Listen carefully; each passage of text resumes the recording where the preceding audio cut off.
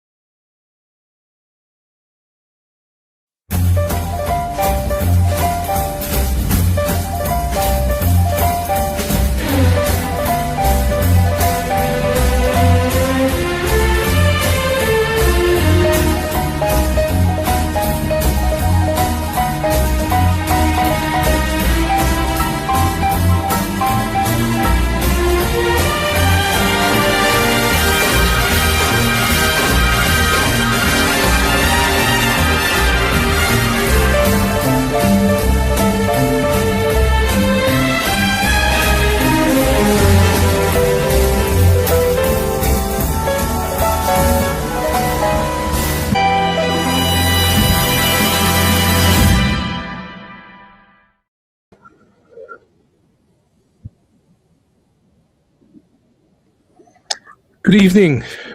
Good evening, everybody. Tonight's episode of Spellbreakers is brought to you in part by our friends at Conscious Strength. Our friends at Maha yourself with supplements that don't suck from Conscious Strength, founded by Badlands' very own Jordan Sather in 2019. Conscious Strength products are made in America and won't break your bank, unlike other online brands. Their lineup includes collagen for strengthening joints and hair, electrolytes to get rid of those cramps, greens powder that tastes good and mixes easy, Shilajit gummies, methylene blue zeolite, and more. Quite a selection. Flip the finger to pharma. I always laugh when I hear that, Jordan. Be your own doctor and get supplements that you can trust from Conscious Strength. Go to badlandsmedia.tv/strength to shop now and use promo code Badlands for 10% off. One more time, badlandsmedia.tv/strength. Link will be in the description below. And check out episode 5 of America First Stories to learn more about Jordan and Conscious Strength. And we're also sponsored tonight by our friends at Rise Attire. Rise Attire. They've got a video. What up, Badlanders? Are you ready to rock something new in 2026? Well, as always, we got you covered with the Rise Badlands Native Collection. Built from the rich tones and rugged terrain of the Dakotas, equal parts beautiful and brutal. Old roots, new vibe. Whether you got gators in your backyard or you have to take a bush plane to the post office, Badlanders are worldwide. Different dirt, same tribe.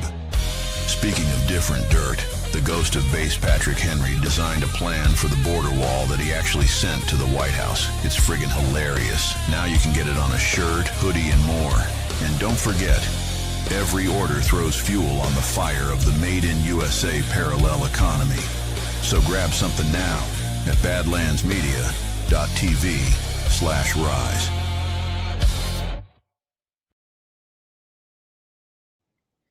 Well, we're back. It's good to see you all. Seeing everybody come in the chat. Another good Friday evening. Hope your week's all been good. What a week it's been. Is it my imagination, or is there more and more news accelerating every week? Last week was a little bit stressful of a day, I think. It was the day that the disclosure files came out, and it was also right as the hantavirus issue was breaking, and I don't often like to chase the news of the day on this show. I like to do things on a little bit longer frequency, and so I want to get back to that a little bit this week and get away from trying to follow the news. There's a lot of great shows on Badlands, and they'll cover all the things that have been going on this week. President Trump in China, for example. But here we are. It's another Friday evening. Now, this week, as it were, I was on Wednesday. I had the great pleasure of being a guest co-host with Stephen Quast on his show, Space Revolution. He's here on Badlands. And we went over, at my suggestion, we went over visions about the future of humanity into space. But as I always tend to do, I'm so contrarian that when I think about the future, I start thinking about the past. And so we covered on the show, I don't know if you got a chance to see it. It was really nice to be on his show. It was a really great time. And we covered, he asked me what book I suggested to cover. And of course, like I said, I went into the deep past and I looked at the book I wanted to cover with him was this book, The Autumn of the Middle Ages, by a Dutch historian named Johan Huizinga. I think that's how you pronounce his name. That's how I think they would pronounce it in Dutch, Johan Huizinga. It was written in 1919 in Dutch. It was translated into a number of different languages because it was so popular and regarded as a great work of history right out of the gate.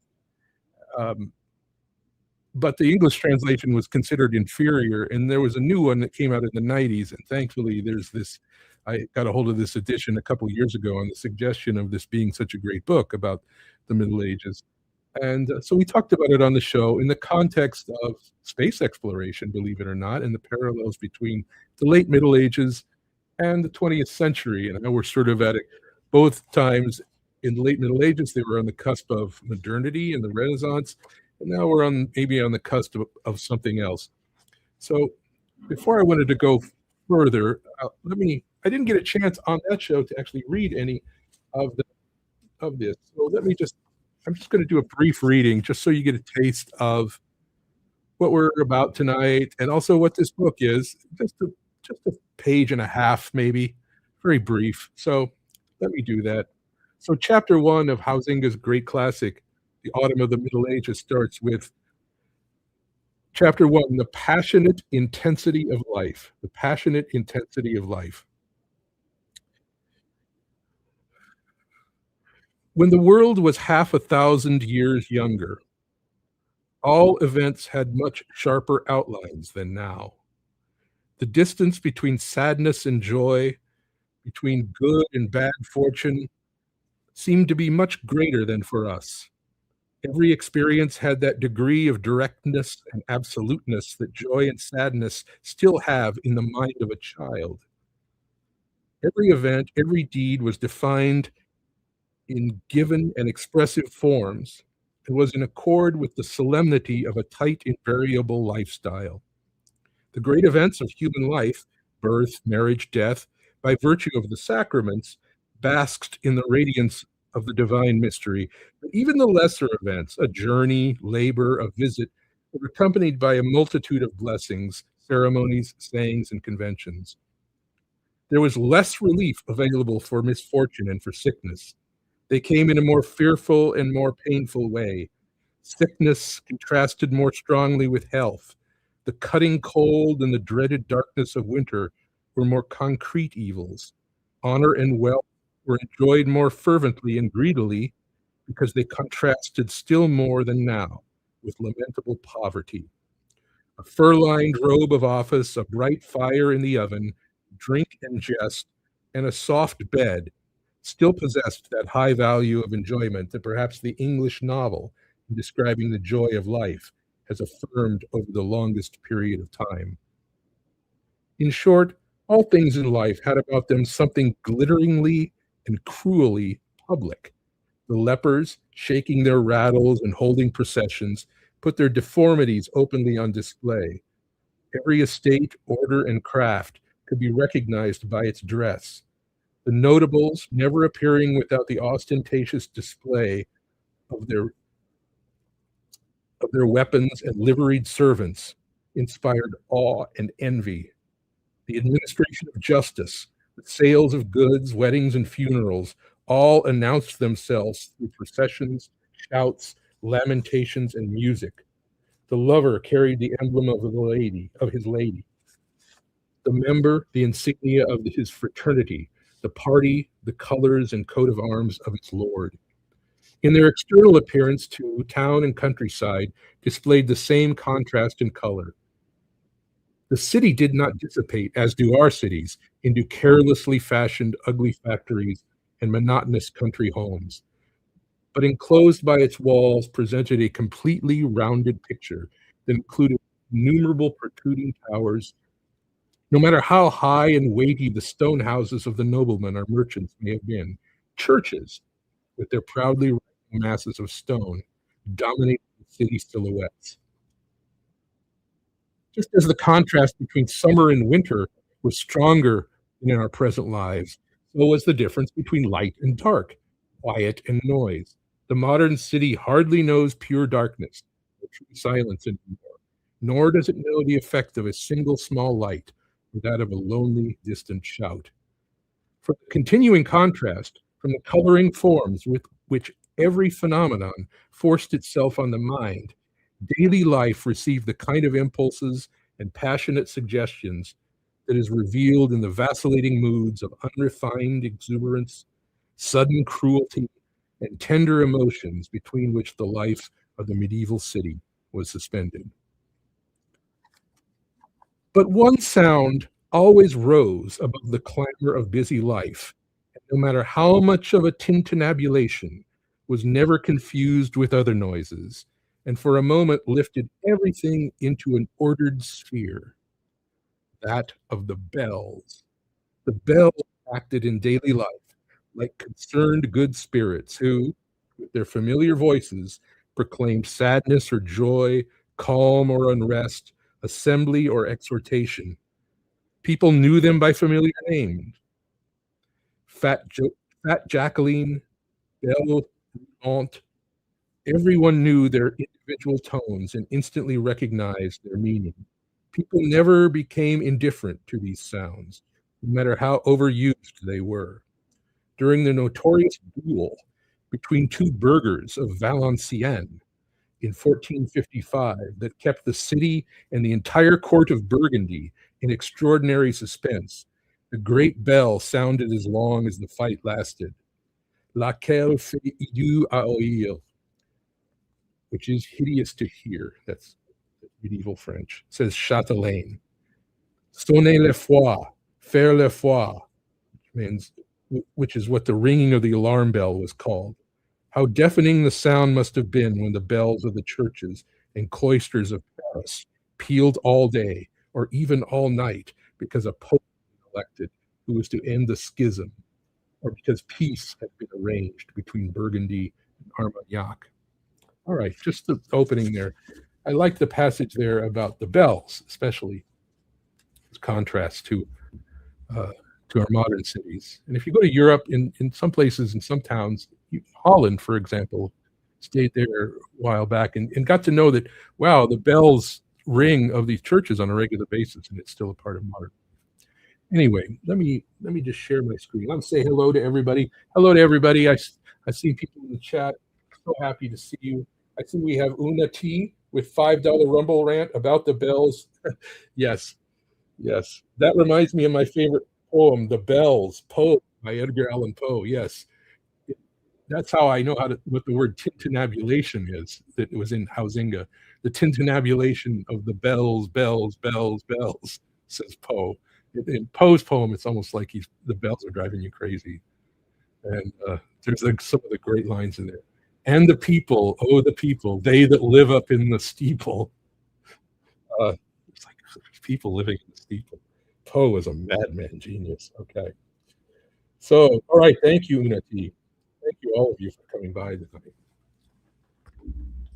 And thank you, CanCon, for the sending everybody over here from his show that he did date night with Christy and his wife, and they sent everybody over here on the raid. So thank you. Welcome to everybody who came over with that. All right, so that was a section of this book, the first 2 pages, in fact. And I'm going to now share my screen. Let's get right into it. I hope you're all doing well this week. What a crazy week. Seems like at least people aren't going crazy, and the government, the WHO isn't going crazy with the coronavirus thing, that's good. Right. The myth of the Middle Ages, that's tonight. So we're going to be, in the spirit of this book. Now, I'm not going to read from any more of this book. I think it's a great book. It's not so much of a history of events. There was he mentioned just one event there from the year 1455 in the French city of Valenciennes in northern France, a duel between 2 burghers. That was sort of interesting. I think, so the Duchy of Burgundy, this book concentrates on the Duchy of Burgundy, which by that point in history was part of the Kingdom of France, but had at one point been its own kingdom, the Kingdom of Burgundy. And but now it was a duchy that was part of France. And it's basically the Low Country, Low Countries now, the Netherlands, Luxembourg, Belgium, Flanders, the region of, and so that's what the period, the area in history or time period we're talking about.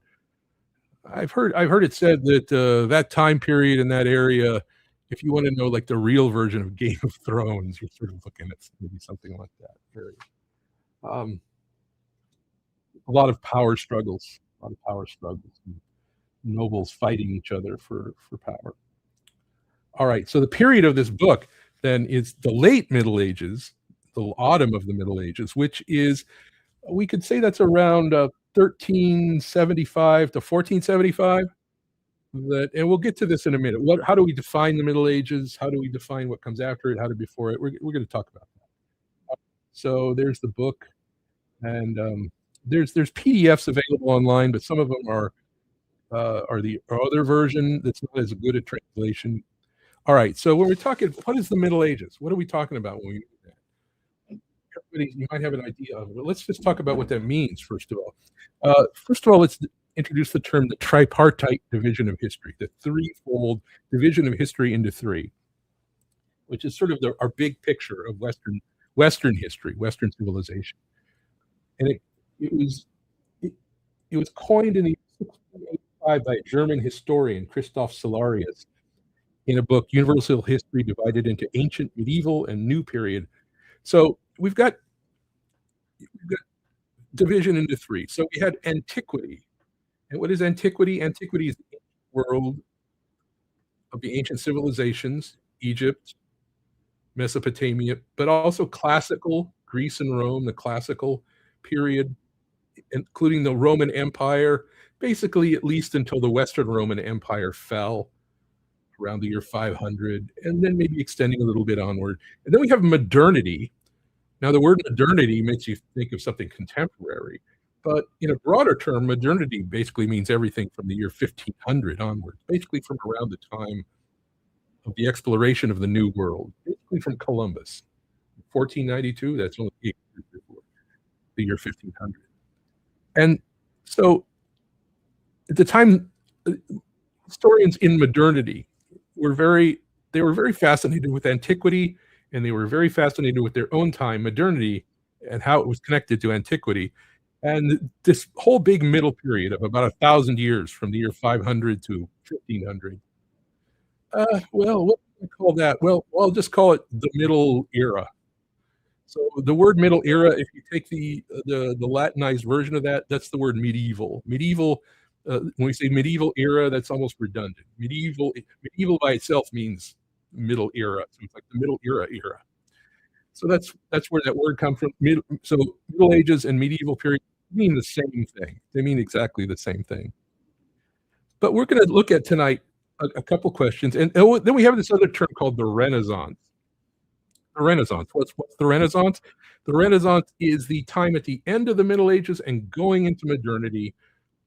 That's conventionally how it's described, where you often hear it described, if you took maybe a history course, as the time which Western civilization wakes up from its slumber that had ended with the fall of the Roman Empire around the Western Roman Empire around 500 AD.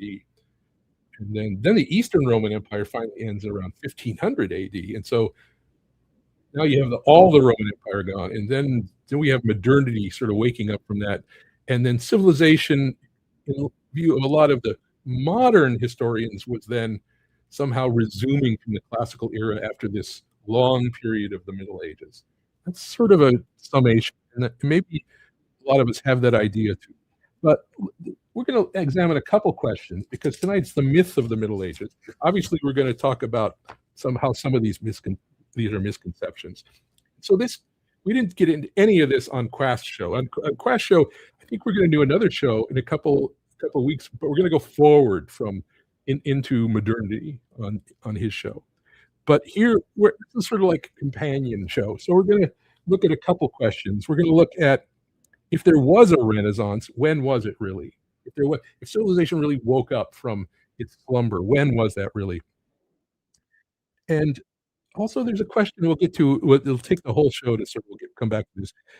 People in the Middle Ages, what did they think of their own era? What did they call it? So we're going to look at those two things. So again, antiquity. When we say antiquity, we mean the ancient world. So, and that goes from the dawn of recorded history, Egypt, Mesopotamia. There were other early civilizations too, but they weren't really contributors to Western civilization. So we're talking about the Western civilization here. I'm a chauvinist for the West and the Western civilization. And then around 800 BC, you have picking up of classical Greece, and then eventually, and also classical Rome. Rome was founded around that too. According to legend, it was founded in 770 BC, and that was also around the same time as the Olympic Games, first Olympic Games in ancient Greece, which the Greeks sort of dated their own calendar in history to that event. And you've got Aristotle and Alexander much later then. And then we've got the Roman Empire and the time of Christ. All of this up to 1 AD. And well, that's antiquity, except antiquity was not just BC. Antiquity kept going into 80 quite a way. But just to mention aside, just a few topics. Just this week, there were a few figures from classical Greece in the news this week, making news. One was Homer, the poet who wrote the Iliad and the Odyssey, because we have a new movie adaptation of the Odyssey coming out next month by Christopher Nolan. A lot of controversy about this. I saw a lot of posts on X about that. Then we also had just today in the news a figure from classical Greece in the news, Thucydides, the historian Thucydides, in reference to, maybe you heard the Thucydides trap, which was a term coined about 15 years ago by the American historian to refer to clashes of empires when one great power is rising and one is descending. And so this was actually brought up, the Thucydides trap, by Xi Jinping today or yesterday, as when Donald Trump was meeting with him. So both classical worlds still alive. So antiquity, we also have late antiquity, by the way. I wanted to mention that. Late antiquity, which late antiquity is essentially the Roman Empire, which took, people think it just fell one day. No, it took a long time. It was stable for a long time, the Roman Empire. And what made it fall and all that, we'll talk about that some other time. But it did last quite a long the West, it lasted till around the year 500 AD. And that was a couple centuries of being Christian. So the Roman Empire was Christianized. Later historians they don't even want to sort of talk about this part as much. That's why they call it the Byzantine Empire. The Byzantine Empire, the Byzantines were the eastern part of the Roman Empire. They called themselves Romans. They never called themselves anything else, but Byzantine is a term that was invented by modern historians to sort of say, well, they weren't really Romans because they're Christianized, etc. So you can see a little bit of the anti-Christian bias, which informs some of the way we talk about these eras. So late antiquity lasted until when? 500 AD, 650 AD, maybe 750 AD if you stretch it. It sort of depends on how you define it. But then we have modernity, which is 1500 AD from the present, basically everything Columbus on forward up to the present day. And again, a lot of things, a lot of span of history, and including the scientific revolution, including the Renaissance, including the scientific revolution, the Enlightenment, United States of America, all of the 20th century, modernity. Now, the term modern, the term modernity is used in many different fields in many different senses. Sometimes it can mean contemporary, sometimes it can mean 20th century, sometimes it can mean everything from 1850 onwards. But in the broader sense, it means from the time of the European explorations of the New World onward. Why that? Why is that term used there? Well, we'll maybe get into that a little bit, but let's just go on for the moment. So in between those, again, we had the historians basically saying, modern historians saying, well, in this middle part, we've got the Middle Ages. We're just going to call it that. So what is the Middle Ages? First of all, we're just going to mention this. This is important to distinguish. That you've also heard the term maybe the Dark Ages.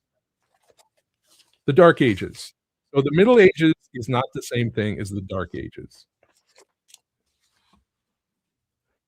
Although the Dark Ages is sometimes considered part of the Middle Ages, sometimes not.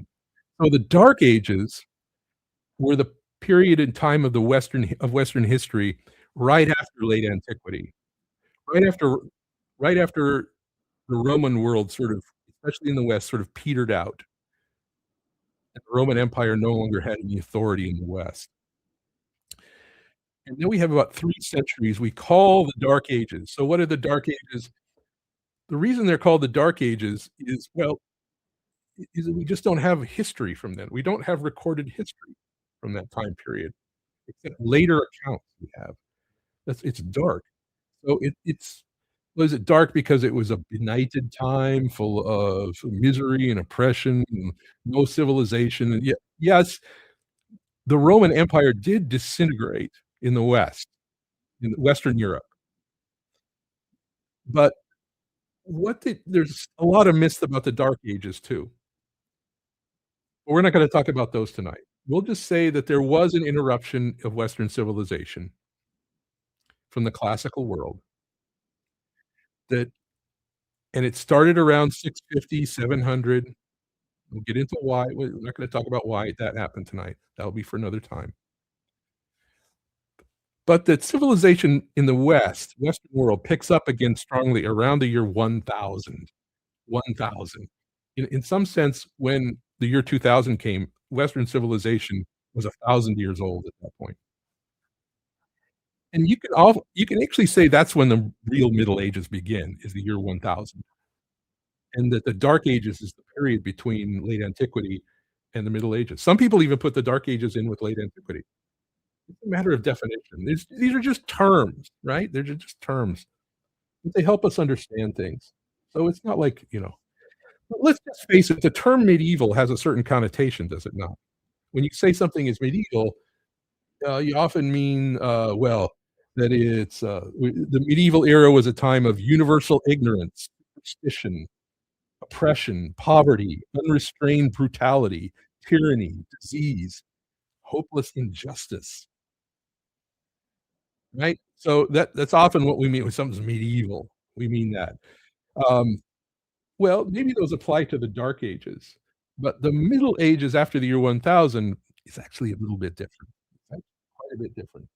Now, I put up 2 contemporary images here, one from Star Trek: The Next Generation, its very first episode in 1987. I think these are illustrative of our sort of our contemporary attitude towards the term medieval, which is one is from the Star Trek: Next Generation pilot, and it has the character Q. So this is set in the future. I actually showed this image on Quast show. This is set in the future, uh, like 2300, and they meet this super being Q. You probably know the whole story if you watch Star Trek: Next Generation, and he basically sets himself up as a judge of humanity.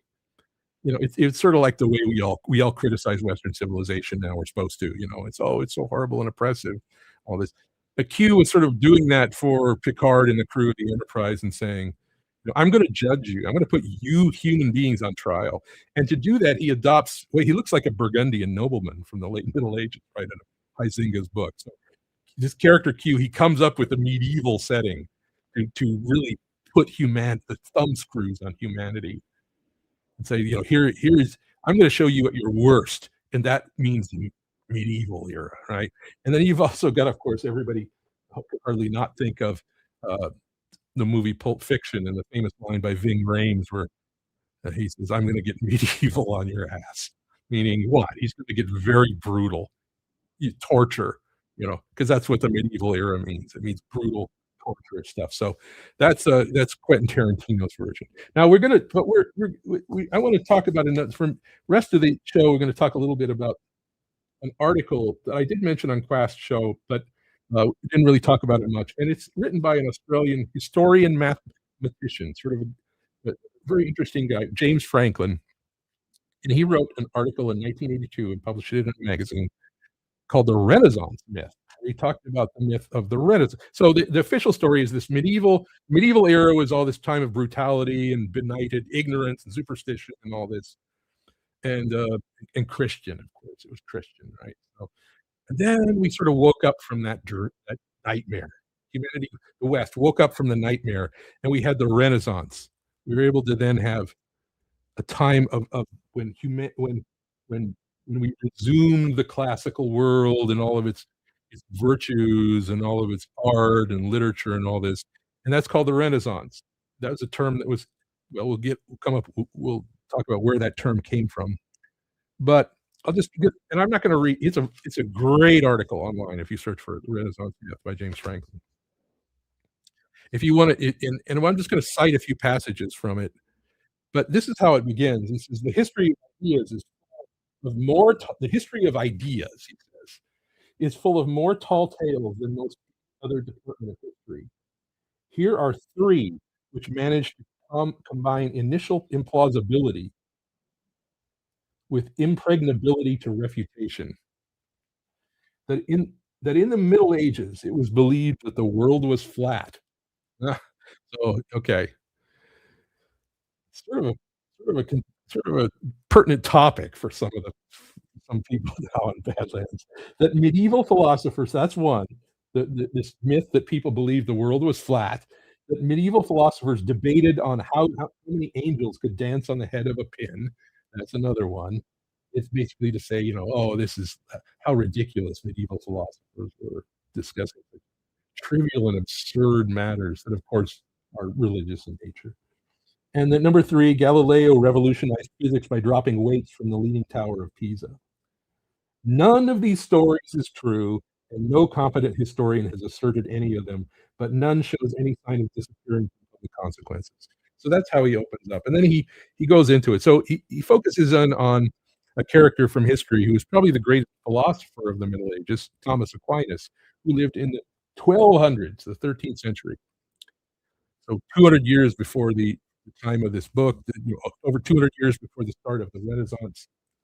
And so years ago, a friend of mine who was Catholic and he loved books, and he gave me a copy of Thomas Aquinas, the Modern Library, a abridged version. Thomas Aquinas' works cover maybe 20 volumes. They're so immense, and that's just one work, the Summa Theologica. And he just goes. Aquinas is relentless, going through all these questions. But the very first thing he starts with, he puts an argument, and he refutes. He puts a counter argument, puts his own commentary, does refutation back and forth, and to settle things in his mind. It's I've read a bunch of it and listened to it, but if you're going to listen to the whole thing, that's basically you can spend years doing that. Okay, so, which some people do, thankfully. The very first question in 26 volumes that he starts out with is whether, besides philosophy, he says, is any other further doctrine required? Like, is philosophy all you need to understand the world? He says, and basically he says, no. He says you definitely need a scripture. For one thing, you need scripture in addition to philosophy. He says. And then he goes back and forth and he gives examples, but he even says that even the things you can know by reason, there's more things than philosophy are useful. And he cites, this is what he cites. So this is the year Thomas Aquinas writing this in the year 1250. So he says, sciences are differentiated according to the various means through which knowledge is obtained. We have different sciences by how knowledge is obtained. For the astronomer and the physicist, both may prove the same conclusion, that the Earth, for instance, is round. The astronomer by means of mathematics, abstracting from matter, but the physicist by means of matter. Hence, there is no reason why these things, which may be learned from philosophical science, there's no reason why these things which may be learned from philosophical science, so far as they can be known by natural reason, may not also be taught to us by another science, astronomy or math, so far as they fall within revelation. Hence, theology included in doctrine, Bible, differs in kind from that of theology, which is part of philosophy. All right, so he's basically laying out a distinction, saying, well, the natural sciences are very useful to know things, he says. And he uses that as everybody knows the Earth is round. So there you go. That's a monk writing in the year 1250. And this it wrote about something that had been known for almost 1,000 years at least, that the Earth was round. All right. But then there's the head of the pin thing. So the head of the pin thing, Franklin refutes that too. How many angels could fit on the head of a pin? Aquinas never said anything like that. He did discuss whether angels, which are immaterial, can they exist in the same space at the same time because they're not material. He did discuss that, but how many angels can dance on the head of the pin was not. That's absurd. He didn't bring. Again, that was come up with much later, around at least after the year 1600, well into modernity, by writers, Protestant writers who were trying to show how stupid the old Catholic Church was. Oh, look at this. So again, it's sort of projection by modern era thinkers. And I had to research that and even confirm ChatGPT. He says, yes, that's all true. Oh, okay.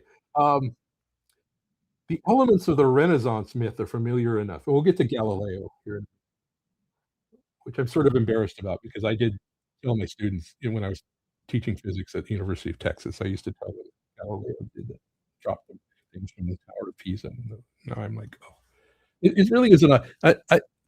I was prone to do that back when I taught college. We didn't have the internet to verify everything. You just sort of went off what you'd been told. And it took quite a bit to research. You couldn't just look stuff up online like you could now. Web yet. So it was it's a lot easier to find out you're wrong about certain things. Back then, I just, oh yeah, Galileo did this because I'd learned that, right? So it had to be true. Well, it wasn't true. The main elements of the Renaissance myth are familiar enough. The sudden drawing of a new outlook on the world after 1,000 years of darkness in the Middle Ages. The rediscovery of ancient learning, the spread of new ideas of intellectual inquiry and freedom, investigation of the real world, replacing the sterile disputes of the scholastics. Those were the philosophers. Thomas Aquinas was a scholastic. The widening of the world through the discovery of America and the advance of science, the reform of religion. Apart from a few quibbles about the supposed suddenness of the change, and that more on the grounds of the general belief in the gradualness of historical change than because of any evidence, this paradigm seems to be as firmly in place now as it ever was. So he says that's what people in the modern world put forth. Well, we're not like the medieval era. We're new, and we're this era of suspicion is over. Well, and people still sort of buy into this interpretation, and he's frankly saying, no, it's not true. In fact, there is no truth in any of this. On the contrary, as we shall see, the Renaissance was a period when thought declined significantly,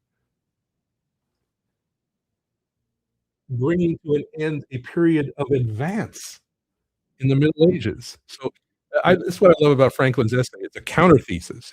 Franklin's going to argue that actually it was the Middle Ages which were the time of great advance in civilization, the time of great advancement in learning, the height of art, the height of many things, and that the Renaissance was the crash. And why did things crash? And the Renaissance was more violent.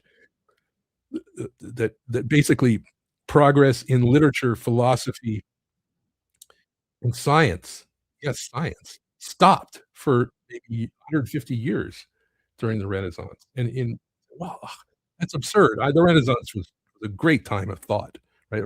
Renaissance man, Leonardo, and all that. Franklin's got a great counter thesis to that, and by extension, arguing that we misunderstand the Middle Ages. So the Middle Ages, let's just look at this. So here's some images from medieval art from around the year 1100. But Franklin's going to argue that there was a real Renaissance in the West. There was a real rebirth of civilization in the West. But it didn't happen at the year 1500. It happened at the year 1100, going into what was then the 12th century. The Renaissance of the 12th century, as it's sometimes called in history.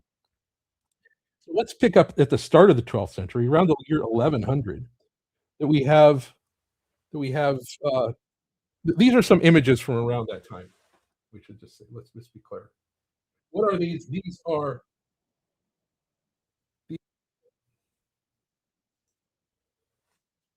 Make sure nobody's yelling at me that they can't hear me. These are from what's called the Bayeux Tapestry. You may recognize them. So this is a piece of cloth that was woven around the year 1100. It's a long tapestry. You go into a museum in France and see the whole thing. Jessica and I did that 2018. And it tells the whole story of the Norman conquest of England. So that William of Normandy, the Duke of Normandy, crossed the English Channel, invaded England in the year 1066. In October of 1066, fought the Anglo-Saxon King of England, who was his cousin. I believe he had a better claim to the throne. In southern England along the coast at the Battle of Hastings, Harold, the King of England, was killed. William, the Duke of Normandy, claimed the throne, crowned himself King of England on Christmas Day, 1066. And it really begins the start of the history of England proper in a lot of ways at that point. And just for the record, every king and queen of England since then is descended from William the Conqueror. Even when it changes royal house, when there's a change of dynasty, as has happened multiple times in the history of England, it's to another different branch of the descendants of William the First. So, and my point here is, if you look at the Bayeux Tapestry, these are sometimes used as examples of the primitiveness of medieval art. So this is from 1100. So we're early in the High Middle Ages, post 1000 Middle Ages. And you can, famously, the figures look sort of weird and distorted. They don't really look like realistic, right? Well, first of all, this is embroidery. This is being woven into cloth, first of all. But even if you see the drawings that were made at the time and the paintings, they have this sort of, okay, so medieval art isn't really such great shapes, right? It sort of was okay, but maybe not. We'll get back to this. But this also, from the same time period as that was happening, this also around the year 1100 was being started. In the primitive, and so what I'm showing here on the screen is actually obviously the Cathedral Notre Dame de Paris, construction of which began in the year 1163 during the 12th century. A classic example, perhaps the most famous example of a Gothic cathedral. This is the Middle Ages. This is the primitiveness of the Middle Ages right here. This soaring stone structure, perhaps the greatest things ever built by man. That and the 747 or the Saturn V, the Gothic cathedrals, of which this is not. There are many. There's many. There's dozens throughout France. Some of them more spectacular than Notre Dame, and I'll mention a few of them here in a minute. Now, there is one part of this that is not medieval, and that's the center tower, which was built in the 19th century. It's a classical revival thing that was built. It's the spire in the center.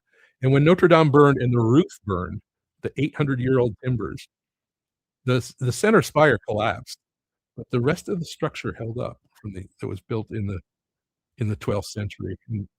And construction lasted from 1163 to 1345. So it took almost 200 years to build this.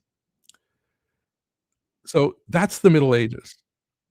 That's the Middle Ages, this engineering. Nothing like this exists in any other culture. Nothing like this existed in antiquity. There were some spectacular buildings in antiquity. The Romans built some really great aqueducts with their engineering, but nothing like this. This is what the medieval world was capable of in its ignorance and its superstition and its backwardness. Are structures like this all over France, all over Germany, all over Spain, all over England. Here's another one. This is another one that I had a chance to visit with Jessica in 2018. Jessica and I made a tour of northern France to maybe 10 different Gothic cathedrals. Most of which I hadn't even heard of before. And that was just scratching the surface in France. There's probably 3 times as many as we saw. This is one in Amiens, and it's in northern France. It's north of Paris. This one is so big, Notre Dame could fit inside of it. So this was begun around the year 1220, and it was completed by 1270. And it's so big that it's got kind of construction that's found nowhere else to hold up the walls. The walls and the roof are made of stone, and to hold up walls and roof of stone and not have them collapse is amazing engineering. Well, that's the Middle Ages right there. Again, dozens of structures like this. This one is the biggest. Amiens is the largest one. Like I said, it can hold Cathedral of Notre Dame inside of it. It's so big. It's so heavy. So in order to do this, they had to invent these things called flying buttresses, because the stone walls were so heavy that the walls themselves would bow out and collapse. So you had a stone roof held 100 feet in the air on top of stone walls. You're basically making a stone box, this huge stone box. How is it not going to collapse? Well, they had to invent these things called buttresses, which are external engineering supports. And they did this all without computers. They did this all without slide rules. There was enough. They didn't have math. They were ignorant. Of course they had math. Of course they knew how to do things like this. So sad, our misconceptions. But if you remove those misconceptions from your mind, you begin to see beauty. You begin to see beauty. Amiens is so big they had to invent double flying buttresses, and then they had to build a giant. Even that wasn't enough. They had to build a giant stone chain, like the most biggest chain ever. Not stone chain, iron chain. They had to forge a giant iron chain and wrap it around the walls, the whole cathedral, and forge it into place to make sure that the walls didn't bow out. You had to have plans like this, very meticulous plans to keep them all up. Again, this is the Middle Ages, holding these stone roofs 100 feet in the air, and the kind of beauty that's there. I think that every time I've gone into so many Gothic cathedrals, and I have to say a lot of my Christian faith comes from visiting Gothic cathedrals. Not just the beauty of the structures, but feeling the continuity of the people who went there over the hundreds of years to pray and to worship God. It's like I can feel the living presence, their living presence there. Notre Dame de Reims. Reims is a city north of Paris. So, okay, let's talk about the brutality of the medieval times, right? It's a brutal time. So it was constructed between 1211 and 1345. Again, ending in the year 1345. Interesting date. We'll get back to that. Here it is being depicted in art from the time around it was built in the year 1360s during the 100 Years' War, which was between England and France, with Burgundy sort of being in the middle of it. Here it is. Here's our beautiful 20th century. Here's a picture. Here's a photograph of Reims Cathedral. 600 years after it was completed. And here it is, and you can see it's being bombed in the front lines of World War I. And you can see the explosions coming off of it. And here it is, partially collapsed. This is our glorious, beautiful, peaceful 20th century. And yet it still stood. It didn't fall down. Just like Notre Dame de Paris didn't fall down when it was burned either.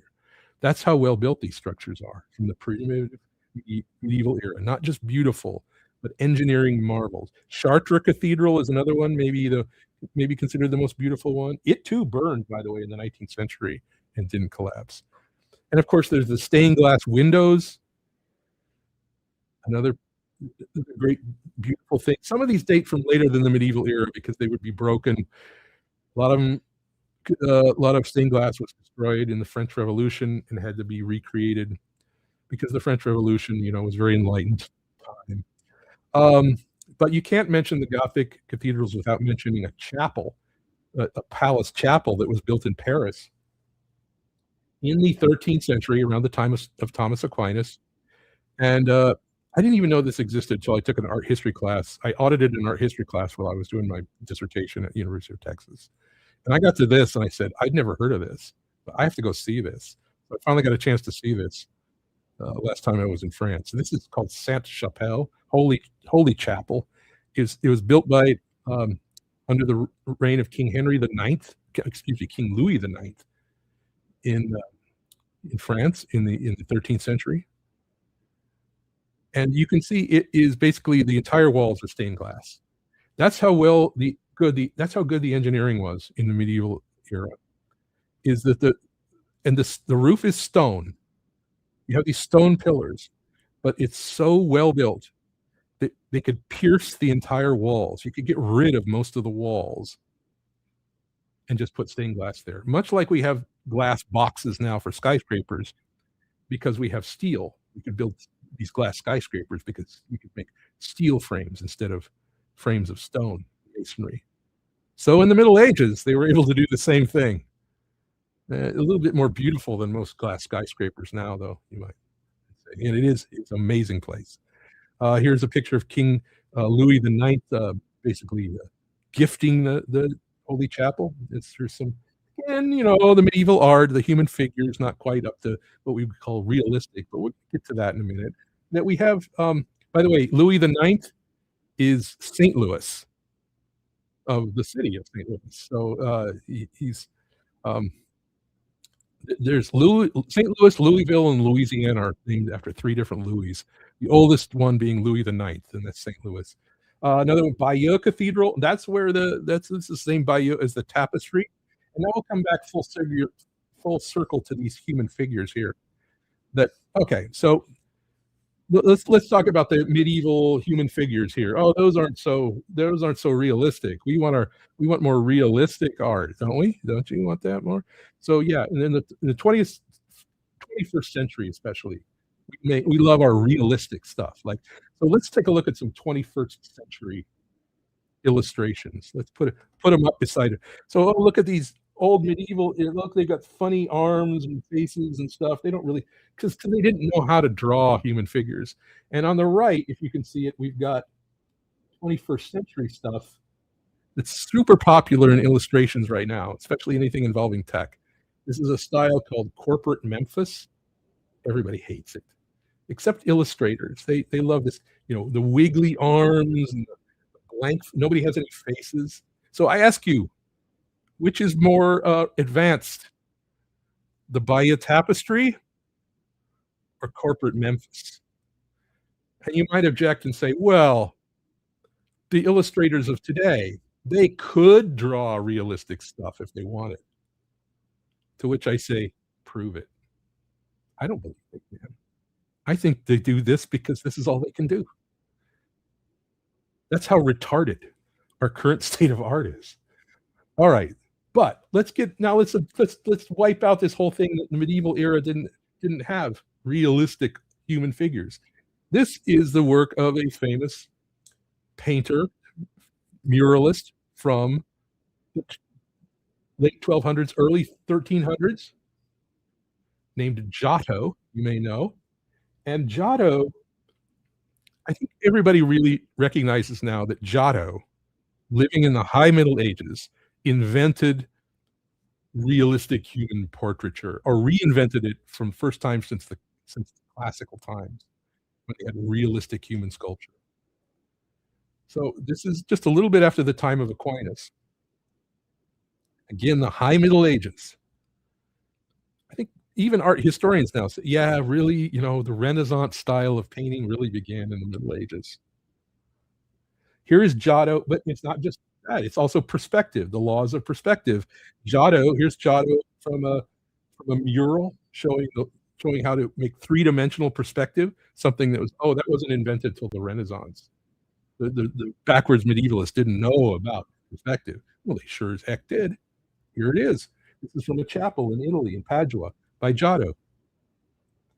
And even as you go forward up into the late Middle Ages, the time of the book, Huizinga's book, into the early 1400s, you begin to have really super defined human portraiture. This is the Jan van Eyck, who's Flemish, Madonna in the Church, painted late 1430s, around the year 1440. We're not yet at the Renaissance, we're still in the Middle Ages. And you see it's very defined, well-defined, with three-dimensional correct perspective of a Gothic cathedral.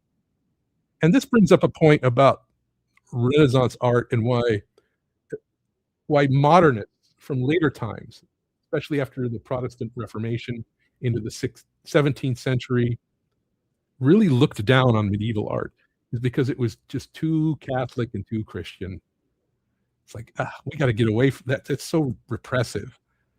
Now, Leonardo comes along, Leonardo da Vinci, 1490. Here's Vitruvian Man. And this is a specific callback to the classical era. Vitruvius was a classical Roman figure. We do have a more focus on the human body and its proportions than we did in the Middle Ages. So one of the things that Franklin brings up in his essay is that he concedes that yes, the late 15th century going on into the early 16th century, so the life of Leonardo da Vinci, essentially late 1400s, early 1500s, did have advances in painting and in drawing. But what they really did is they just extended the trends that were happening in the medieval era. But they did focus then on on the human body and on more secular themes, classical themes, and even pagan themes, which is why it felt to later thinkers than in the Enlightenment. It's like, oh, they were liberating themselves from the shackles of backwards Christianity. Well, Christian art was still the main subject even during the Renaissance. So here's Leonardo da Vinci. Yeah, this is the Last Supper, of course, and yeah, it's wonderful, but is it significantly better than Giotto from over a century before, the High Middle Ages? You can argue yes, you can argue no. Here's Albrecht Dürer, self-portrait, a German illustrator from right at the right before the year 1500. Really amazing perspective, amazing detail. Dürer actually built a device which was a grid that he could look through to draw so get the perspective right. Amazing. And then we have here Raphael. We have classical things. Everybody's seeing this, the School of Athens. We're not just going to paint religious figures. We're going to paint secular figures. We have Hypatia, this librarian from Alexandria there on the upper right. Zoroaster there, and Euclid holding a spherical earth, by the way, of course, because everybody knew the earth was round. And again, we do see improvements on medieval art, in advancements, in refinements in technique, just as you would expect, maybe if the medieval era had gone on. One thing to keep in mind is that after the fall of Constantinople in 1453, which was maybe 50 years before this, a lot of stuff was rescued and brought to the West. A lot of classical texts, and that's what gave a revival in interest in classical things around the year 1500. Now, did that destroy the medieval world? Maybe you can, things definitely did change, but Franklin argues that really, except for painting, that really the Renaissance was not a good time at all. It was really a dead time for philosophy. It was a dead time for science. And yes, the medieval, they did have science. It was a dead time for literature. And then it had to really pick up again. And that people after that, though, looked back and they blamed the Middle Ages for being that dead time. So here is Giotto from 1321 compared to Raphael from 1521, 200 years. And you can see it's not so bad, Giotto compared to Raphael in terms of human portraiture. Chaucer was 1400, considered a great of English literature. Very medieval, would not be equaled in English literature for 200 years. There was no great literature coming out of England or France during the Renaissance. But let's go back. Let's talk about the Middle Ages again here. So we've got a couple rumble rants here. We have Sleep State, 430-foot tall church, Munster. Yeah, it was like, God, I didn't even put any German churches in there. Cologne in there. Sleep State, $2. He's giving me 0.00002531 Bitcoin. Thank you. Tipped via Rumble Wallet. Thank you very much. Thank you very much. Thank you so much, guys. You're the best. I have the best audience. Let's talk about medieval science and philosophy. We talked about St. Thomas Aquinas. Where are we? Okay, we have time to do a little bit more here. We've got Adelard of Bath, who translated Latin text. It was like, the medievalists, they didn't know how to translate Latin and Greek. The Arabs had to show them how. BS. Absolutely BS. Aquinas again, here he is from the 1200s. Petrarch. So Petrarch, a great figure. So Petrarch lived around the time of Giotto in the 1300s. And so this whole idea in the Renaissance that the Renaissance rediscovered the classical world.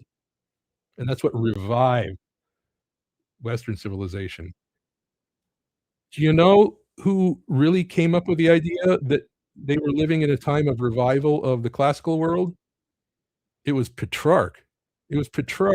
in the year around the year 1350, who became obsessed with Cicero, the letters of Cicero. It's exactly the kind of thing that the Renaissance was supposedly about, rediscover of the classical world. That happened in the Middle Ages, friends. That happened in the Middle Ages. Bernard of Chartres. This is a great quote from Bernard of Chartres. About along those lines. So Chartres Cathedral. So this is 1124, the 12th century. We are like dwarfs perched on the shoulders of giants. And thus we are able to see more and farther than they. I read that quote. So he's talking about the classical world. He's talking about how the medieval world is built on the classical world. I thought the medieval world was ignorant of the classical world. No, they weren't. But I read that quote and I thought, wait a minute, I thought that was from Isaac Newton around the year 1700, talking about how I built on the shoulders of giants, meaning Galileo. Like, well, Newton did say something like that. If I have seen further, it is by standing on the shoulders of giants, Newton said. He's basically paraphrasing Bernard of Chartres from 600 years earlier in the Middle Ages.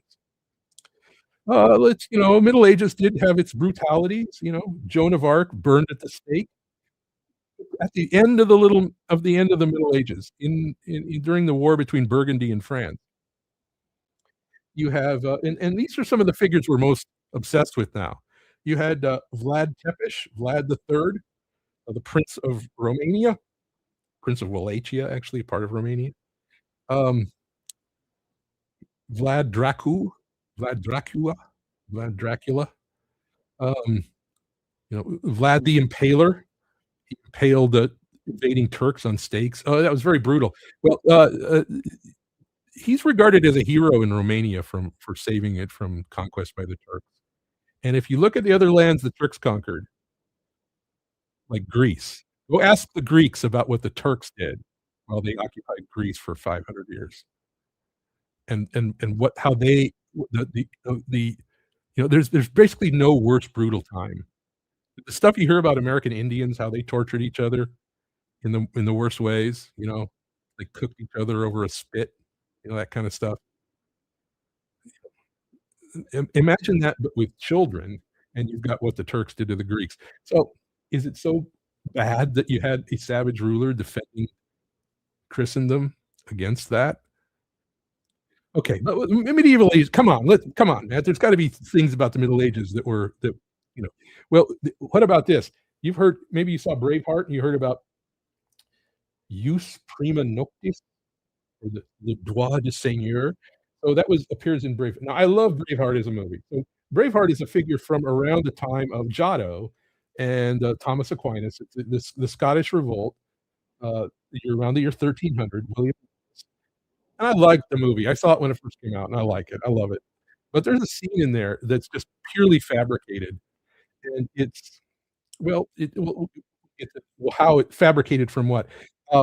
It's the scene where one of the peasants in the Scottish town near where William Wallace lives gets married, and in rides the local nobleman, English nobleman, and he says, the Lord, and he says, I'm going to enforce prima noctis, meaning his right to basically deflower the bride on the wedding night before the husband and wife can consummate their marriage. And it's a big scene in the movie, and it's totally fake. Totally fake. There's no evidence that this was ever done. Ever. And not only that, it would be absurd to think it was. In this era, people took their Christianity seriously, and this would have been one of the worst breaches of the covenant of the sacrament of marriage to do this. Now, where did it come from then?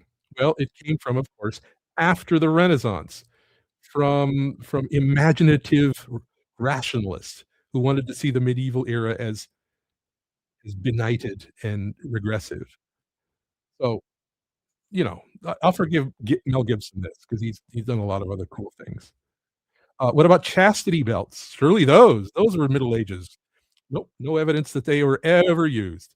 Like, well, there's one right now on the screen. Can't you see it? That's the chastity belts that do exist and are in museums are sort of curiosities that were created during the Renaissance as sort of satire about the Middle Ages. That's the consensus of historians now. They would have been awful and basically killed the woman for wearing them. They were not put on by noblemen leaving for the Crusades. That was an invention of again, people who wanted to slander the Middle Ages. And what about witch burnings? Surely there were a lot of witch burnings in the Middle Ages, right? Well, there were witch burnings. Joan of Arc was not burned for being a witch, by the way. There were witch burnings, but not as many as the Renaissance. They really picked up in the Renaissance. Likewise, the Inquisition. Oh, the Spanish Inquisition, which we'll talk about some other time what even that was, because there's a lot of misconceptions about that. They were torturous and awful religionists, they tortured people for religion, for heresy. Like, no, well, let's get into that at some point. But the principal activity of the Inquisition was during the Renaissance. Again, during the real gap in civilization.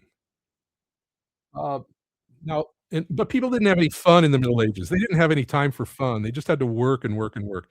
Actually, there were festivals all the time, and there were sport. Jousting was a sport. Okay, there were festivals. There were theater performances put on by churches. The church sponsored theater performances. There was leisure and there was work. There was hard work, but there was a time for not working, especially during the winter. And people have argued the people in the medieval era had more time for leisure than people do now. We work just constantly, 60 hours a week, There was even a festival every January 1st, before it was the start of the year, by the way, called the Feast of Fools, in which people mocked the church. Oh, you couldn't mock the church. They would burn you at the stake for heresy, for making fun of religion and church. No, the church actually sponsored a feast every year held inside cathedrals where ordinary people dressed up and like children and women dressed up as bishops and mocked. It was sort of the world turns upside down kind of thing. The church promoted it. They didn't get rid of it until when? Until right about the time of the Renaissance. People in the medieval era were filthy. They never bathed. Actually, there were quite extensive public baths. It wasn't again until after the Renaissance that the Europeans sort of became averse to bathing because it became associated with disease. There were some things that did happen in the Renaissance that were noteworthy. Copernican theory, which even then wasn't a really good theory of the solar system, but it did put the sun at the center of the solar system instead of orbiting around the sun. Franklin conceived that was a legitimate intellectual achievement of the Renaissance, but mainly that science was totally interrupted. This is the part of Franklin's essay. I'm glad we can get to this part because we almost need to wrap it up here. That really blew my mind as a physicist. Franklin, who is a mathematician, asserts that a guy named Nicole Oresme in France, who was a bishop, by the way, basically discovered the basics of mechanics, of the science of motion, and even the concept of acceleration, which I did not believe anybody had even thought of that before Galileo. Nobody in the classic world talked about the science of motion. Oresme, he says basically you could put Nicholas Oresme's, his name is Oresme, but let's just call him that. Here's my alarm saying coming to the end of the show. So he's got this far.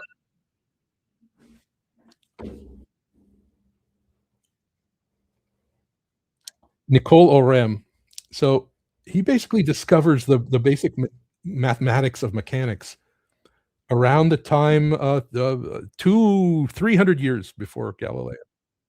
And Franklin makes the point you could put Oresme's work next to Galileo, and nothing happened in between them in those hundreds of years, but you would not know that there was any big gap. You would think that Galileo came right after him. That blew my mind. This is why I'm giving this talk today. When I heard about this guy, whom I never heard of, because I didn't think they didn't do mechanics, physics, classical mechanics in the Middle Ages. Oh my gosh. So there it is,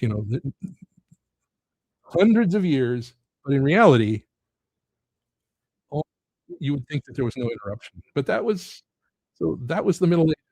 The first universities appear when? In the 11th century. Paris, University of Paris, 1150. Oxford, 1096.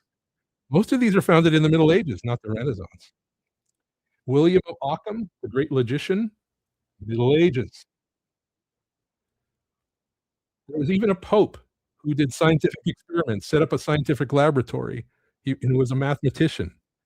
Again, when? Around the time of Thomas Aquinas. Duns Scotus, maybe considered the greatest philosopher. Franklin says you could put him next to Descartes, and you would think there was no interruption. Dante, greatest poet, lived around the year 1300. Again, Middle Ages. So, but again, we do need to say what happened in the Renaissance. Definitely, there was a more pagan subjects allowed in people's imagination, at least, even sponsored by the church. The church sponsored paintings in the Renaissance about pagan subjects. Birth of Venus being an example. So, just to wrap up, I'm glad we got this far. We got just a few commentaries here. The Middle Ages, the real Middle Ages, start around the year 1000. Again, the year 2000 is really the 1000th anniversary of Western civilization, in a way. Picking up with the medieval era. And we had art, we had philosophy, we had physics, mathematics, astronomy. We had the amazing architecture and engineering of Gothic cathedrals and the beauty that they gave us that still stands really well, stands up to our wars. Universities, learning, the richness of life builds and builds up until when? Till about the year 1350. And then what happens something happens in the year 1350 that really brings the medieval era not to a complete close, but really puts the death knell on it, such that Huizinga's book is really then about the aftermath then of this. So what happens then? The Black Death sweeps through Europe and kills about a third of the population of Europe, dies over the course of a couple years. 50 million people or more. This is what stopped the Middle Ages, the momentum of it, and set the world back. And in fact, the Renaissance, which did have great paintings, but hardly anything else, was a resumption, a rebuilding out of the ashes of the Black Death. And later, especially after the Protestant Reformation and into the scientific revolution, people wanted to see themselves as more advanced than the medieval era. And so began these series of slanders that somehow the medieval era was a backwards time, not worth talking about, that really civilization really began with the Renaissance. BS. So here, by the way, is a map of the Black Death. I'm going to put this up on the screen, for those of you who can see it. This is the Black Death, the spread of the Black Death from 1346 to 1353, moving throughout Europe. Now, you might say, well, the Black Death proves the backwardness of the Middle Ages. You had this plague that swept through Europe, killed a third of the European people. Started out north of historians believe it started off north of the Caspian Sea, made its way to the Black Sea by the Mongols. The Mongols were laying siege to a Genoa, like in Italy, a Genoese trading post in Crimea. So, interesting area of the world, right, that we've been talking about a bit. It's been in the news. Crimea. And they this is when it gets into the Genoese city and gets taken by their ships through the trading routes to Constantinople, and then throughout the Mediterranean back to Venice, to Genoa, and then spreads up to England and France, and then makes its way all the way up, makes its way in a big circle. And you can see how it spread because it eventually gets to Moscow. Now, Moscow is upstream from the Caspian Sea. The Moscow River drains into the tributaries of the Volga, which eventually drains into the Caspian Sea, which is where supposedly the Black Plague started. But it took 7 years to get to Moscow because it had to make its way all the way on the trade routes. So the Black Plague, by the way, in case you're thinking, so this is the bubonic plague. So this is sort of graphic images on the screen. So if you don't, it is not the hantavirus. Nothing to do with it. First of all, and by the way, we don't know for certain that the Black Death was what we call the bubonic plague. But bubonic plague, we know some things about that. It's caused by a bacterium. It's caused by bacteria. So virus and bacteria differently. Hantavirus is a virus. Bacteria, which are much larger and easier to see under electron microscopes. And so spread by fleas that were carried by rats. And why is bubonic, by the way? Bubos is the Greek word for groin. So it was swelling of the lymph nodes of the groin area. But if you had it, then it would if you had it and your bubons they burst, that was actually good because that was then relief of them. They'd leave your body. It's when they didn't burst and they would move into your lungs, and then you'd have pulmonic plague of your lungs, and that's what killed people pretty quickly. But it also then turned areas of your skin, your extremities, black. But that's not why it was called the Black Death. Evidently, it was just that it was a dark time for a couple of years. But it didn't wipe out civilization. Civilization did recover, but it took over a century, and that recovery time is the Renaissance. There's a famous book about The Distant Mirror by Barbara Tuchman, about how the time of the plague sort of looks like the 20th century. By the way, the book I really love, Map of the Plague, comes from probably one of my favorite books of all time, The Penguin Atlas of Medieval History. One of my favorite books. I'll talk about that again sometime. But you say, well, that proves the backwardness. The plague proves the backwardness of medieval times. Actually, it proves the reverse. It proves the prosperity and advancement of medieval civilization because it had so much trade routes. And the economy was so connected and so flourishing throughout the Mediterranean, throughout the Europe, throughout the Baltic, that the plague could spread. The plague did not spread during the Dark Ages because there were no trade routes then for it to spread on. The plagues don't spread in backward civilization. They spread in advanced civilization. You might think of it, oh, there it is. You might think of it in the same way that people were freaked out about COVID because we have this worldwide air system, air transportation system, right? All right, so this is the trade routes from 1212 and then 1346 of the plague. You can see just 150 years how much Europe had boomed. If you can see the screen, these are from McKevney's book. His book is just amazing. I just love his book. It's a historic atlas. This is what the politics looked like in the year 1346, in case you're wondering. Kingdom of France, German Empire, the First Reich, if you will. We'll get back to that sometime. There was so much prosperity in the Middle Ages that when the Black Plague struck, there was all of a sudden a huge shortage of workers. And there was, in the year 1381, a rebellion, a peasants' revolt in England, where the peasants essentially tried to stage a revolution and overthrow the king. Almost like something from the 20th century, right? Very contemporary. All right, so now what did happen in the Renaissance? The printing press. So if you could say anything really caused things to change, it was the printing press. The printing press allowed things to spread. The medieval world did not have the printing press. So the science could not spread. The philosophy could not spread. and literacy did remain fairly low because reading materials were scarce. So what happened? Let's just wrap it up.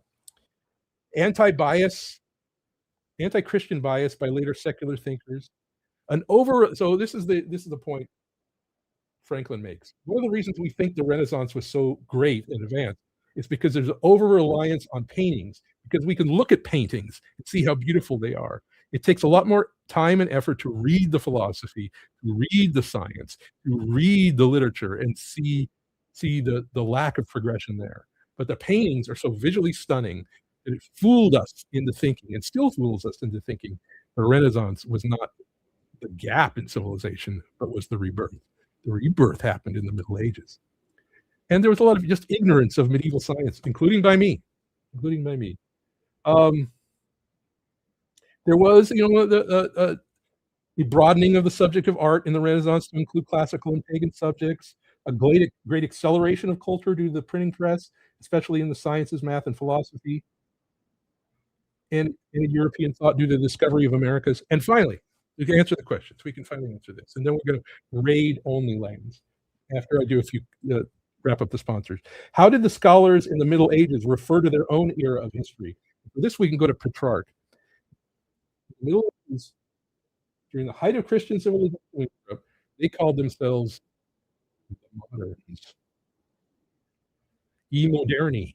And I double-checked this source on this. And yes, it is true. Historians agree. E-moderni, the moderns. The medieval people called themselves the moderns. Speaking of modern, we're still building Gothic cathedrals. There's one that's going to be dedicated. Sagrada Familia in Barcelona is finally going to be officially finished in June. They're going to put the top of it on June, on the 100th anniversary of the death of Gaudi, who designed it. So we're still building. The whole art form lives on. Okay, that's what we got to tonight. Just going to make sure we don't have any remaining rumble rants. Yes, Bernie Marie, fascinating show. Thank you. Hope you all enjoyed the show tonight. We do have a couple sponsors. I do have to wrap up. We've got thank you all. Thank you. If you'd like to watch this week's, if you haven't watched it yet, General Quast show that I was on, maybe it'll make even more deeper sense. We're talking about Huizinga's book, but in reference to the future and the parallels between the late Middle Ages and our time of space exploration. We're going to continue that series.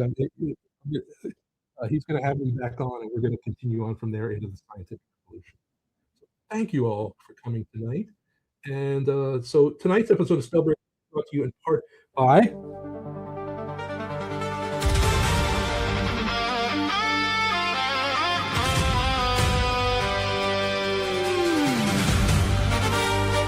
Today we remember those who gave everything. And memory is never still. This Memorial Day! One hero, one mission!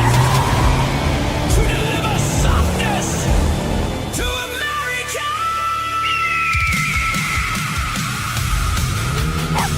No, Chi-Chi, we can't stop for snacks, dude. We have to deliver all of these soft disclosure gift cards. He goes by Zach Kane. The motion detector!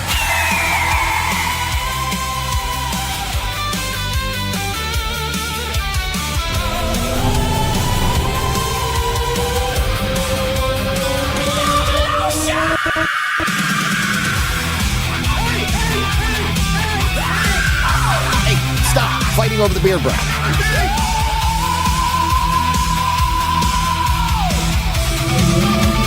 Life finds a way. Hydrate your elbows! Moisturize your soul! Feel the rhythm together! Makes you feel alive and let the lotion roll! Soft disclosure, hear the cry! Maximum softness! Do or die! Muffin, hit it.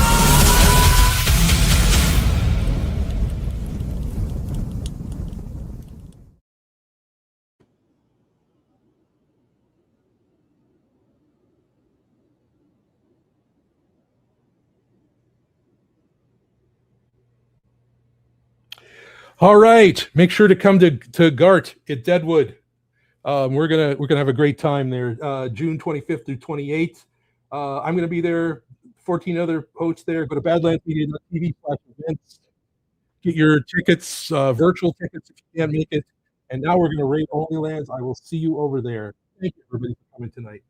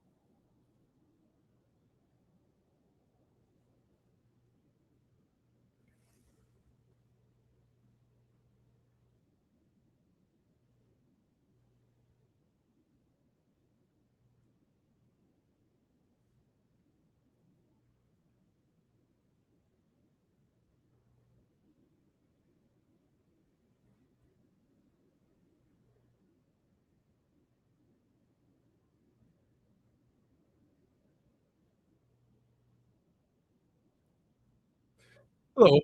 Hello, Ash. Hello, Cam. Hello, Zach.